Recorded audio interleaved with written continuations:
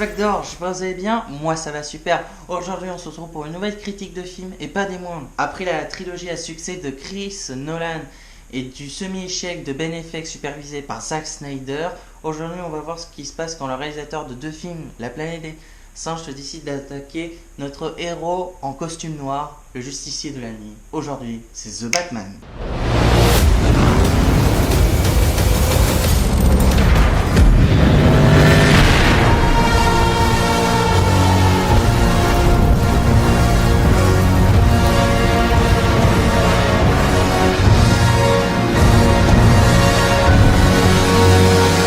The Batman est un film action-aventure sorti en 2022 et réalisé par Matt Reeves, comme j'ai cité plus tôt. Matt Reeves, je le connais surtout pour avoir réalisé La planète des singes, L'Affrontement, mais également le troisième film.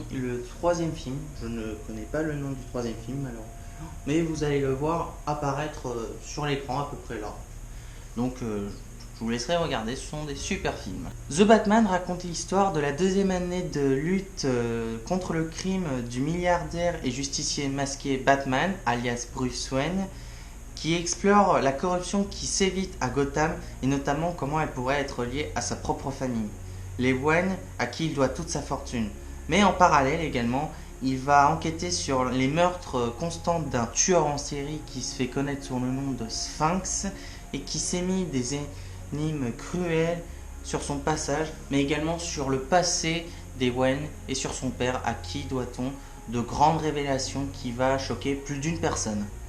Je suis allé le voir justement parce que si vous, je sais que vous le savez pas, mais même si j'en parlerai pas réellement et que je suis plus Team Marvel, j'ai quelques coups de cœur de la saga DC Comics, par exemple les Aquaman, mais j'ai adoré par exemple la trilogie de Chris Nolan, c'est-à-dire les The Dark Knight, que je trouve que ce sont des presque chefs-d'œuvre. J'ai adoré l'histoire et l'ambiance. Ben Affleck et Zack Snyder, je le respecte vraiment pour lutter ses idées, pour avoir mis en avant des héros comme lui, même si je trouvais que c'était un autre style de Batman et qu'il n'était pas la meilleure version. Je trouvais que la version de Chris Nolan était plus profonde et surtout plus sombre, qui représente mieux le personnage. Et quand j'ai appris qu'il y aurait un nouveau Batman, je m'étais dit que ça risque d'être compliqué parce que j'ai direct critiqué les traits de visage du nouveau Batman qui est interprété par Robert Pattinson. Oui, vous savez, le fameux Edward de la saga Twilight. Bon, vous inquiétez pas les féministes. Oui, parce que je sais que Edward de Twilight est regardé par plus de 80% des femmes dans le monde entier. Enfin, plus apprécié des femmes que les hommes. Ça n'empêche pas qu'il y ait des gens qui regardent Twilight. Moi, je vous conseille, juste pour le spectacle, même si pour moi, c'est pas une histoire d'amour, hein, sincèrement. Mais on n'est pas là pour parler de ça. On va juste dire l'avis sur The Batman. Déjà, pour commencer, sur ce qui est différent des différents Batman, c'est-à-dire que ce Batman en particulier est extrêmement sombre. Je trouve que cette version de Batman, au départ, moi je pensais que la meilleure c'était celle de Chris Nolan en version Batman. Mais celle de Matt Reeves a pu révéler une autre phase de ce héros. Parce que ce que vous savez pas, c'est que Batman, c'est une icône de la pop culture et que c'est très dur de le représenter. Mais majoritairement, ce qu'on peut se dire, c'est que c'est un justicier de la nuit qui est sous la prise de vengeance parce qu'il a perdu ses parents, ils se sont fait tuer, mais également sur un peu le mystère qui entourait ce meurtre. Je ne connais pas l'histoire 100%, donc vous pouvez me dire si vous savez un peu plus sur son histoire, ça m'intéresserait beaucoup. Mais j'ai trouvé que cette version-là, au départ, je l'avais trouvé un peu trop bourrin dans les bandes annonces et tout. C'était jusqu'au moment où j'ai fait mes petites recherches et tout, et également sur un peu les ressentis du réalisateur, c'est-à-dire Matt Reeves. Et il nous a confessé que c'était un grand fan de Batman, il en rêvait quand il était gosse. Il parlait pratiquement que de Batman, il était fan de ce personnage en particulier. Donc je m'étais dit que c'est un fan qui a réalisé le film, donc je me dis en vrai, il est entre de bonnes mains, tout peut arriver, mais je pense du positif et c'est déjà bien. On peut penser qu'il y a un peu un cliché de bombance de super-héros, mais ce qui est drôle, c'est que ce Batman-là a son propre cliché. Mais également, comme je vous l'ai dit, le réalisateur a voulu montrer une autre phase du Batman. C'est-à-dire que la version des Batman qu'on a vu dans Chris Nolan, mais également dans les films de Zack Snyder, c'était que leur Batman était un peu plus âgé, qui ça faisait des années qui se battait et qui défendait Gotham. Mais cette version-là, comme je l'ai dit dans l'histoire, c'est sa deuxième année qui commence à être justicier et du coup, c'est un jeune Batman. On ressent un peu la l'envie de vengeance parce que il nous a expliqué qu'il a voulu représenter un jeune justicier qui était encore sous l'emprise de la volonté de vengeance parce que ça se voit qu'il veut se venger. Il veut se venger de la mort de ses parents. Parce que également dans le film, il raconte qu'il défendait, il voulait défendre sa famille. Il se battait pour eux. Mais ce qui est aussi surprenant, c'est que au départ, moi je pensais que ça aurait été trop bourrin, mais je comprends maintenant pourquoi il est aussi bourrin. C'est parce qu'il est encore très jeune, il est encore sous l'impulsion, c'est un très très jeune adulte, contrairement aux autres. Bon, certes, ils sont aussi très bourrins, on va pas se le cacher, mais quand même, ils arrivent à plus parler, ils sont plus dans le dialogue, ils se referment moins, contrairement à celui-là, tout simplement parce qu'il est jeune. Et c'est ça que je pense que ça fait une différence à Batman, c'est-à-dire que là, on ressent vraiment un peu la lourdeur qu'il peut ressentir parce que c'est un poids très lourd qu'il prend, à tel point qu'il rejette son identité de riche héritier de la famille Wayne, qui se referme, il s'est refermé pendant des années, sans participer à aucun événement et s'en foutait littéralement d'être un Wayne. Il préférait être Batman, quoi. C'est ça que j'ai ressenti. Ce que j'ai beaucoup aimé également dans le film, c'est qu'il y a une photographie très artistique, c'est-à-dire que la luminosité, le mouvement des cadres est calculé à la virgule près, que l'enchaînement sont très fluides. Quand je dis très fluide, c'est par exemple les phases de combat entre Batman et des méchants, vous savez, sont très chorégraphiées, c'est pas découpé à la va-vite. C'est-à-dire que c'est fluide, on voit l'action et c'est satisfaisant. Parce que dans certains films, le problème, quand il y a des phases d'action et tout, c'est découpé à la va-vite, c'est infâme, c'est-à-dire que on peut pas suivre l'action et on peut pas voir le point de vue des personnes, mais également c'est difficile de se satisfaire d'un combat quand c'est découpé à la va-vite. Mais contrairement à de nombreux films d'action, ce Batman a le plaisir de profiter des combats à fond, mais également d'une grande intensité parce que comme je vous l'ai dit, il est jeune et surtout que il retient pas ses coups. Il est extrêmement violent et ça se voit qu'il est sous la huile de vengeance, il ne se contrôle pas. Et c'est ça qui est terrifiant, c'est qu'on voyait la véritable force de ce héros parce que comme vous savez, il n'a pas de pouvoir. Bon, ok, il a des voitures, il a des véhicules ultra stylés, des gadgets ultra perfectionné, mais à part ça, il n'a aucun pouvoir. Genre, il vole pas, il a pas de super force. Bon, un peu comme il fait de la muscu tous les jours, mais à part ça, voilà. Mais ça n'empêche pas que cette version de Batman, je l'ai appréciée surtout pour son histoire, mais également sur un peu son vécu. Et je comprends mieux pourquoi il est aussi bourrin. Sur le côté artistique, comme je vous l'ai dit, à part les combats qui sont très fluides, je trouve que elle est également bien accompagnée sur l'enchaînement des caméras, comme je vous dis, qui est précise, mais aussi par exemple sur la musique que j'ai adoré. Vraiment, j'ai trouvé que la musique accompagnait incroyablement bien les scènes de combat, les moments des dialogues, mais aussi également des musiques qui étaient accompagnées avec le sentiment que pouvaient ressentir les personnages auxquels on pouvait regarder. Mais également il y a des musiques qui sont incroyables et qui ont été composées par un grand compositeur, pour moi qui est un futur grand compositeur qui va devenir l'un des plus grands, hein, ça c'est sûr. Et pas des moindres parce qu'il a été composé par Michael Giacchino. Pour ceux qui ne le connaissent pas, Michael Giacchino a d'abord débuté en faisant des musiques de jeux, par exemple le jeu Le Monde Perdu de Jurassic Park sur PS2, mais également sur d'autres musiques de jeux, par exemple le premier Call of Duty. Il a également composé pour des séries, mais c'est surtout dans le cinéma qu'il a percé. Par exemple, il a composé presque tous les films Pixar depuis 2004, y compris les courts-métrages, mais également des gros films à gros budget, par exemple la trilogie Jurassic World, qui est absolument incroyable en recréant un genre, mais également la trilogie de Spider-Man avec Tom Holland, c'est-à-dire Spider-Man Homecoming, Far From Home et No Way Home, mais également des films pour d'autres licences, par exemple Rogue One Star Wars, mais également le 7ème Star Wars, c'est-à-dire le réveil de la force, et également La planète des singes, l'affrontement. Et à part l'acteur qui interprète Batman, je trouve que chaque acteur interprète parfaitement le personnage. Il n'y en a qu'un que j'étais un peu perplexe, c'est l'acteur qui interprète Alfred. Je vous dirai son nom un peu plus tard. Pourquoi? Parce que il mérite d'avoir une petite phase pour le présenter, parce que c'est un grand acteur, mais également une grande personne qui a créé de nombreux films et des personnes vraiment connues dans la pop culture.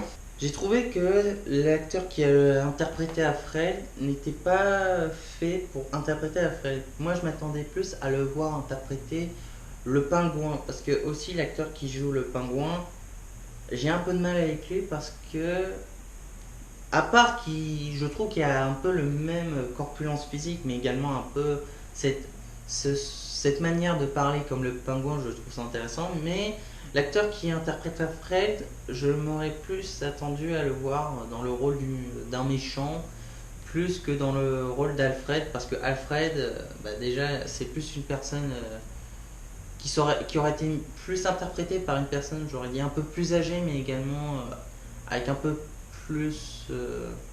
On ressentirait plus un peu la délicatesse sur son art et tout.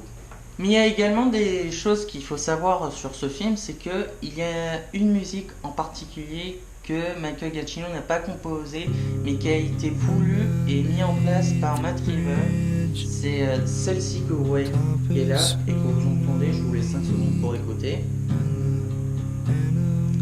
C'est une musique dépressive de la chanteuse Nirvana, que je ne connais pas partiellement, mais je crois qu'elle est très très connue. Dites-moi ce que vous en pensez ou conseillez-moi des musiques pour que je la découvre.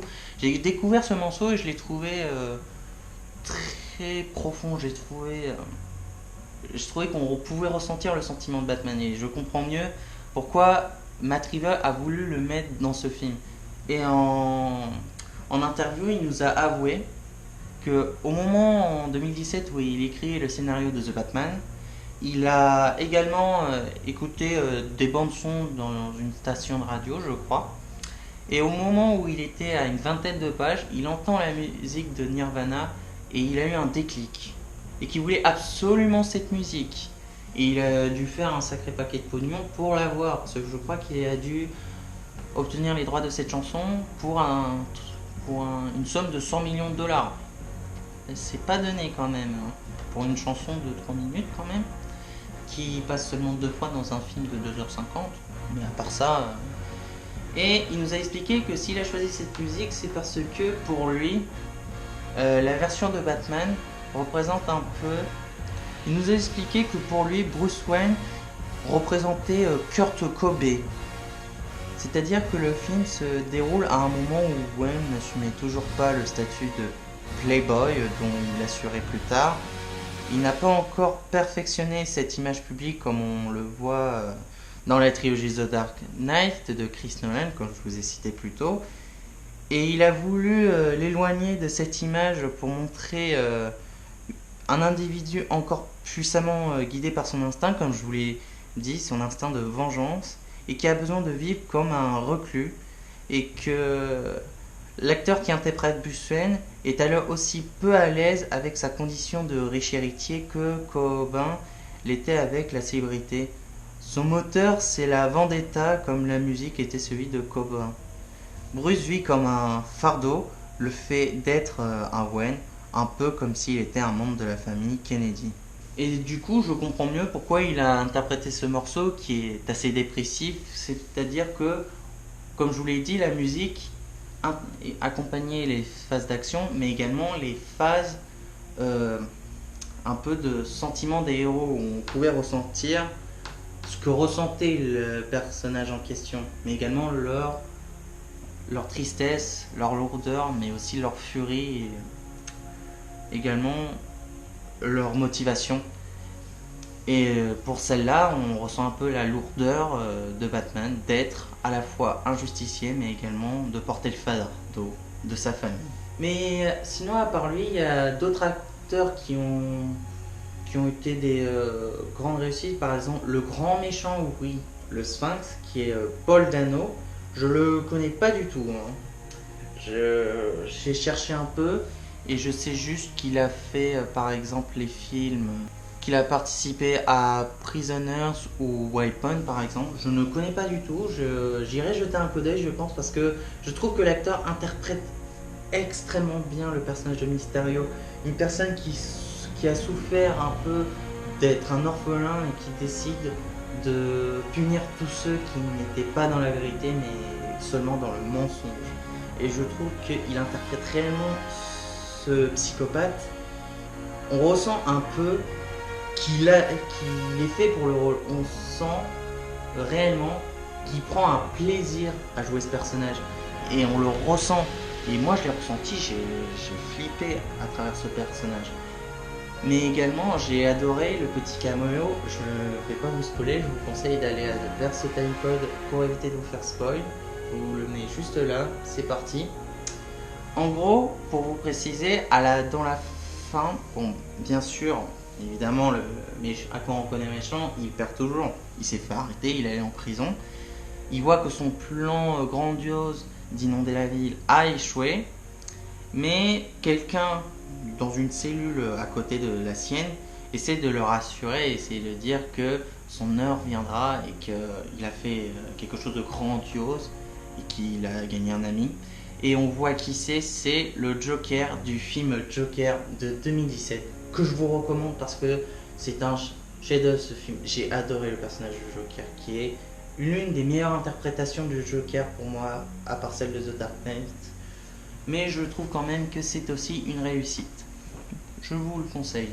Mais dans la filmographie des acteurs, il y en a beaucoup qui ont un bon vécu, mais d'autres que je ne connais pas réellement, mais d'autres que je connais sans même les connaître, que je les ai vus dans des films que j'ai vus, mais que je ne connaissais pas qui ils sont.